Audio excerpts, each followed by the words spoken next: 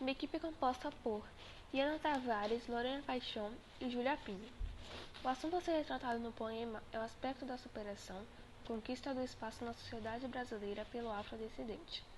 Dividimos as funções da seguinte forma: Júlia declama e apresenta o poema em verso, sendo que cada um irá falar sobre sua estrofe.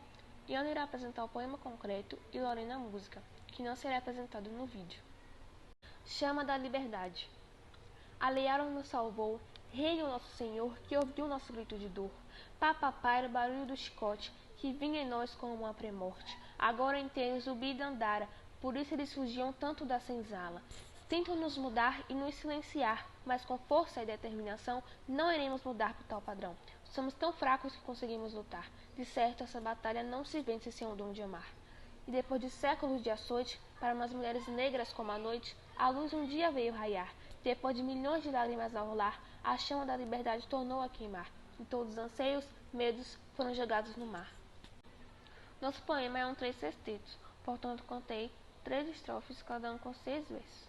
O tipo de rima é emparelhada, A, B, B, C, C. As figuras presentes na primeira estrofe é onomatopeia e comparação. A onomatopeia encontra-se no terceiro verso. Papapá era o barulho do chicote. A onomatopeia é uma figura de linguagem que reproduz fonemas ou palavras que imitam sons naturais, que sejam de objetos, de pessoas ou de animais.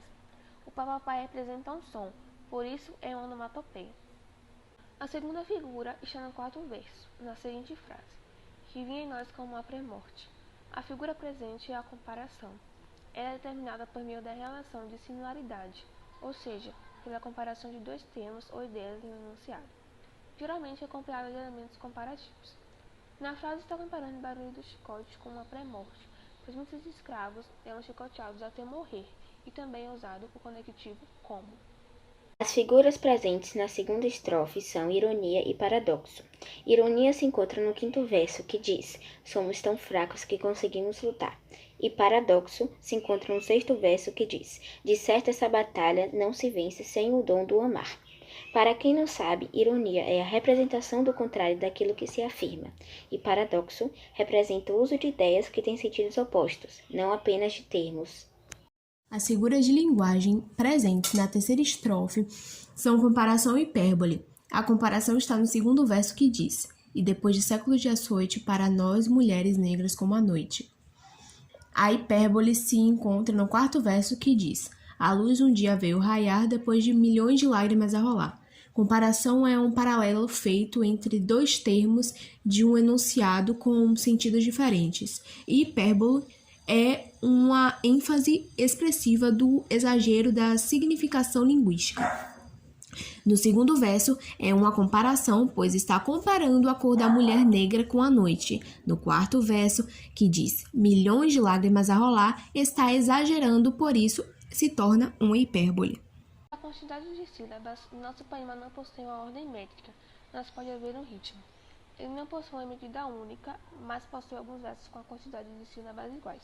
Como na primeira estrofe contei 2 versos com quantidade silábica igual, como também na segunda contei 2 versos com 10 e na terceira contei 3 versos com 13 sílabas cada.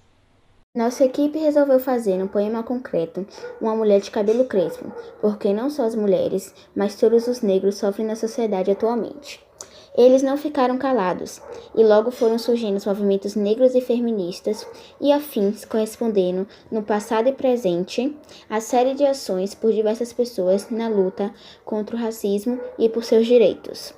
Com isso, a gente botou, no nosso poema concreto, palavras que transmitem para nós a ideia do que os negros passaram e como eles lutaram para ter seu lugar na sociedade de hoje.